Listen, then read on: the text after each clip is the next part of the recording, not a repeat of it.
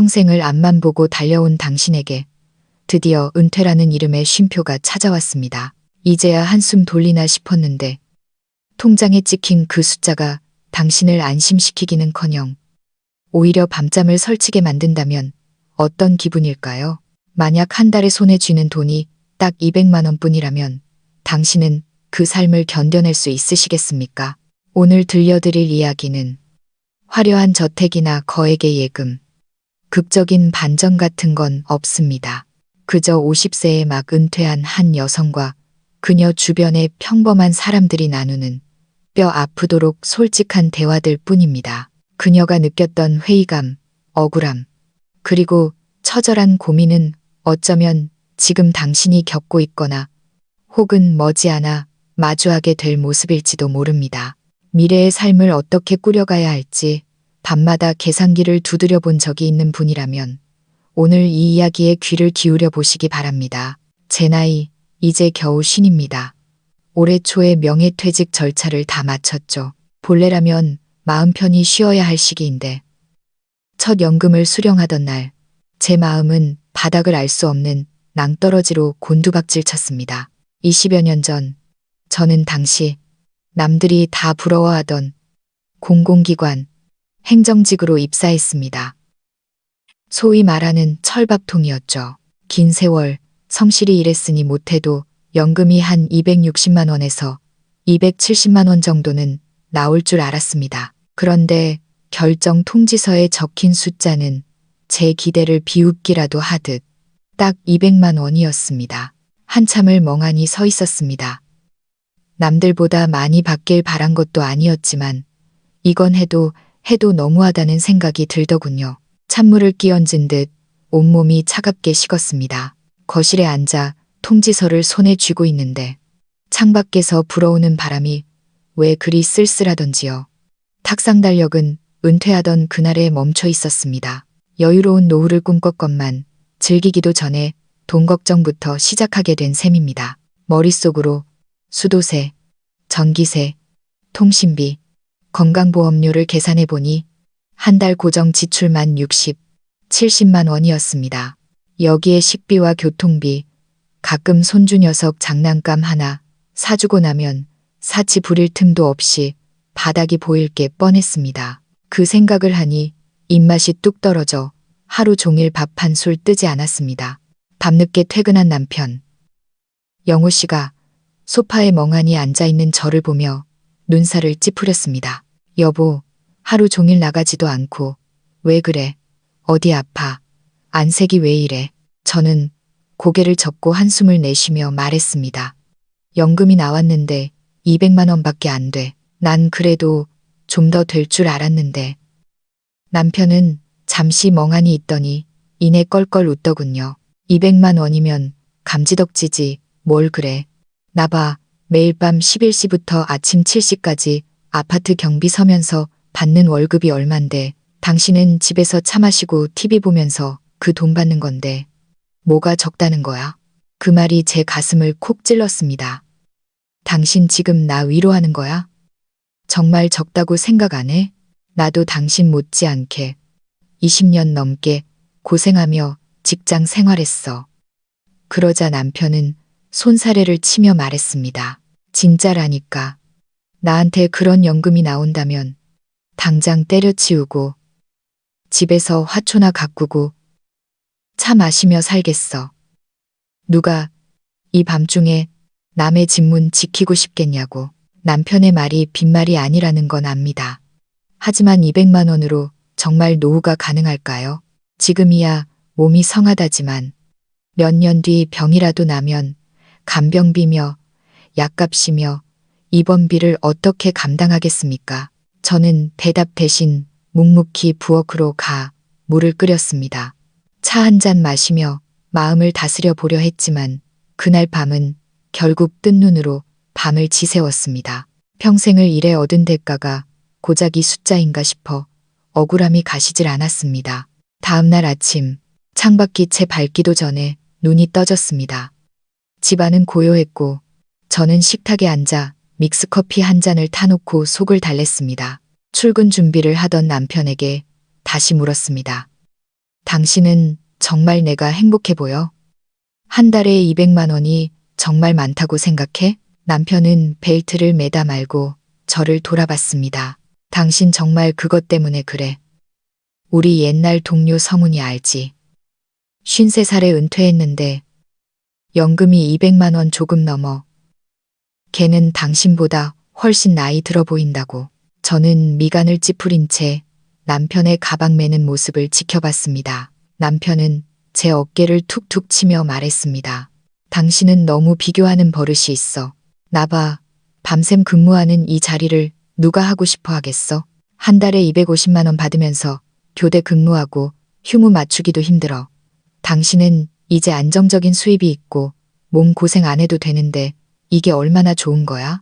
저는 남편을 올려다보며 쏘아붙였습니다. 당신은 몰라. 당신은 남자니까 상관없겠지만 여자는 나이 들어서 능력 없고 돈 없으면 금방 무시당해. 200만 원으로 살 수는 있겠지만 마음 편히 살 수 있겠냐고. 그러자 남편이 씩 웃었습니다. 아유, 우리 마누라 이제야 속마음을 말하네.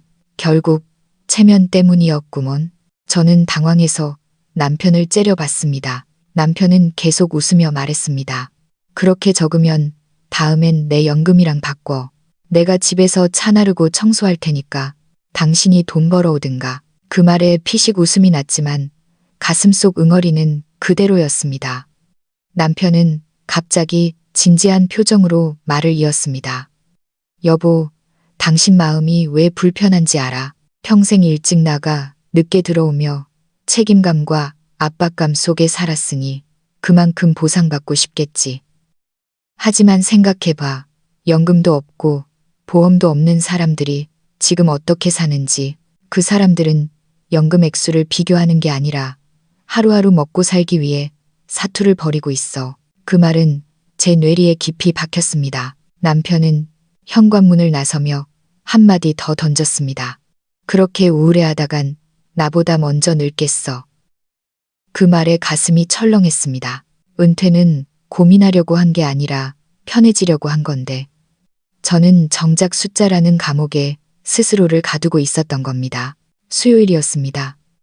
남편이 야근이라 집이 너무 답답해 시장에 과일이라도 사러 나갔습니다. 오전 9시가 넘은 거리에는 활기가 넘쳤고 샌드위치 가게 앞에는 배달 오토바이들이 분주하게 움직이고 있었습니다. 공원 주위를 천천히 걷고 있는데 익숙한 목소리가 들렸습니다. 어머, 지숙이 아니니? 이게 얼마만이야?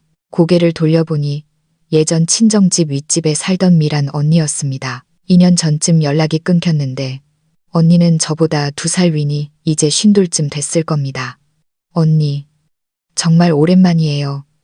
요즘 어떻게 지내세요? 언니는 이마에 땀을 닦으며 말했습니다. 여태 살던 곳에 있지 뭐. 요즘은 일하느라 정신없어서 수다 떨 시간도 없네.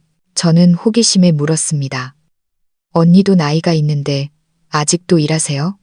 은퇴 안 하셨어요? 그러자 언니는 부러움이 가득한 눈으로 저를 쳐다봤습니다. 세상에, 너 은퇴했니? 정말이야? 난 너도 나처럼 아직 버티고 있는 줄 알았지. 저는 쑥스러워하며 고개를 끄덕였습니다. 올해 초에 했어요. 말이 은퇴지. 연금이 한 달에 200만 원밖에 안 돼서 겨우 먹고 살아요. 200만 원이 적다고? 언니가 눈을 동그랗게 뜨더니 한숨을 내쉬었습니다. 너 정말 배부른 소리 하는구나. 예상치 못한 반응에 제가 당황하자 언니가 제 팔을 잡으며 말했습니다. 나 지금 뭐 하는지 아니? 시간제 청소, 반찬 배달, 가끔 노인 돌봄까지 닥치는 대로 다 해. 정규직으로 써주는 데가 없으니 이런 일이라도 감지덕지하며 다니는 거야.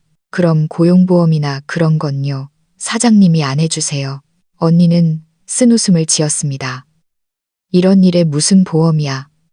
다 현금으로 받는 일당직인데 근무 시간이 안 돼서 가입도 안 해줘. 그래서 난 내 돈으로 건강보험료랑 국민연금 지역가입자로 꼬박꼬박 내고 있어. 한 달에 30만 원 넘게 나가는데 이거 안 내면 나중에 늙어서 한 푼도 못 받으니까 멈출 수가 없단다. 저는 충격을 받았습니다. 제 돈으로 직접 그 큰 비용을 내며 버티고 있었다니요. 언니는 말을 이어갔습니다.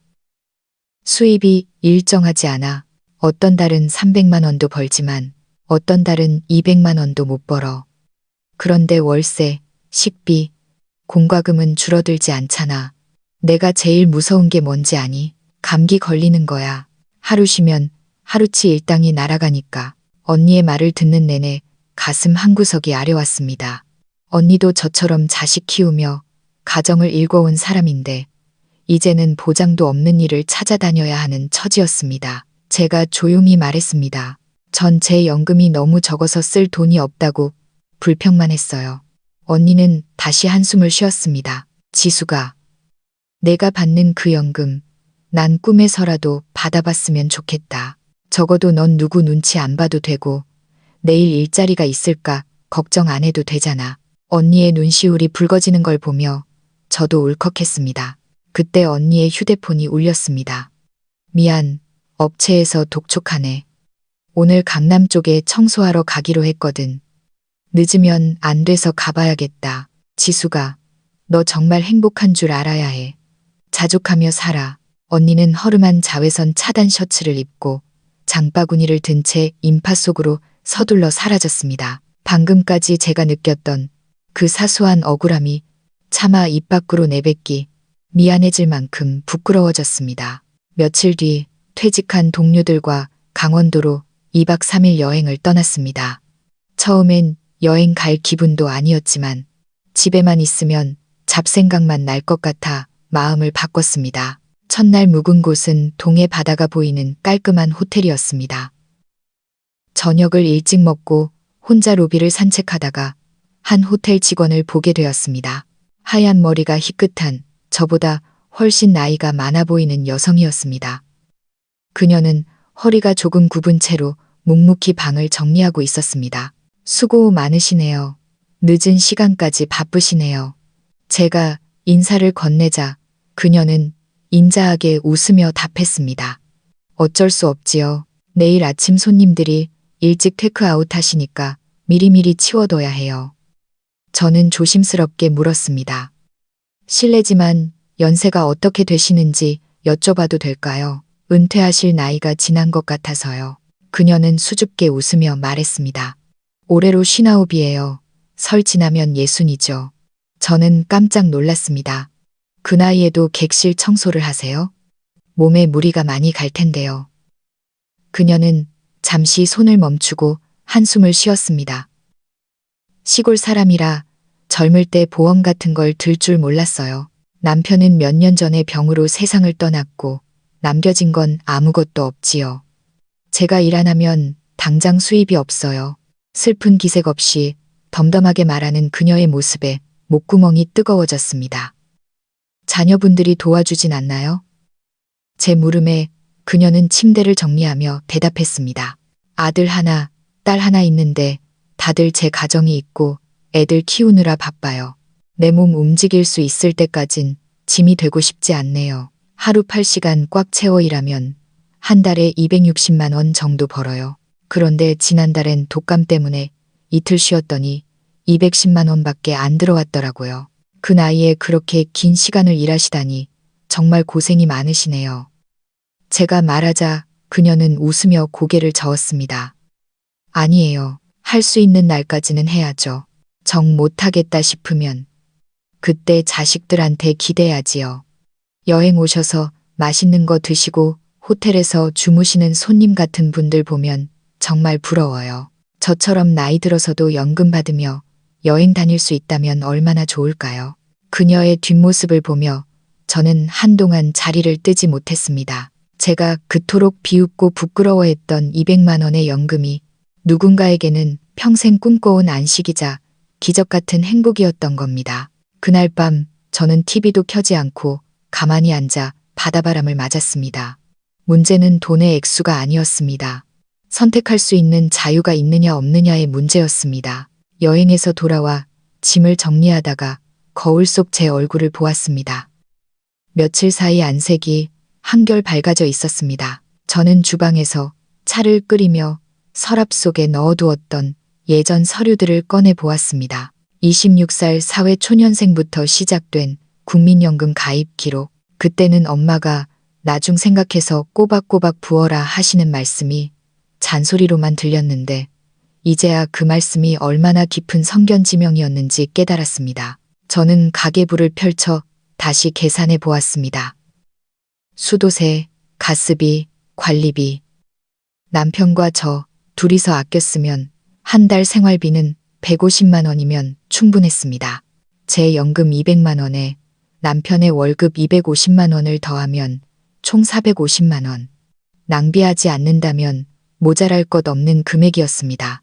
예전에는 청춘을 돈과 바꾼다고 생각했는데 지금 보니 이 연금은 매일 아침 출근 카드를 찍지 않아도 되고 야근 보고서를 쓰지 않아도 되며 남의 눈치를 보지 않아도 되는 자유를 산 대가였습니다. 토요일 아침 딸아이가 손주를 데리고 집에 놀러 왔습니다.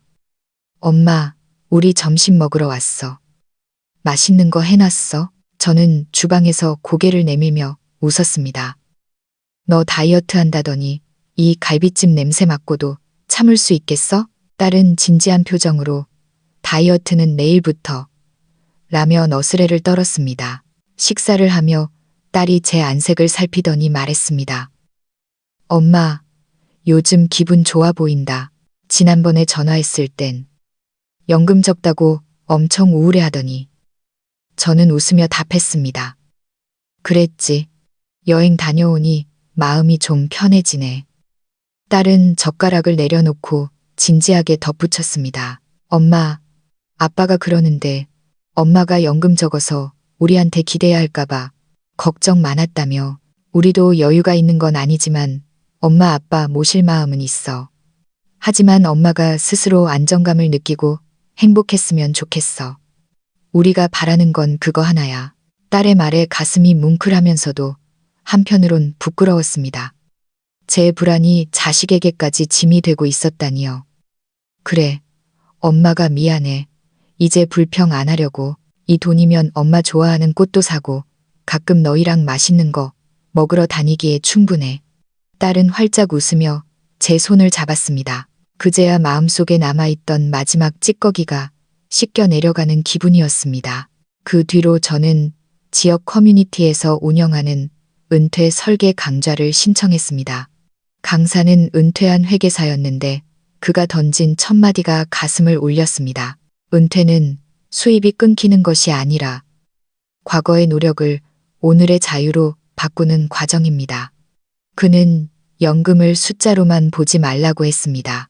누군가에게 의지하지 않고 누군가의 명령을 받지 않으며 하루를 보낼 수 있는 권리, 그것이 바로 연금의 진정한 가치라는 것이죠. 저는 가계부 앞장에 적어두었던 연금이 너무 적다, 어떻게 살지?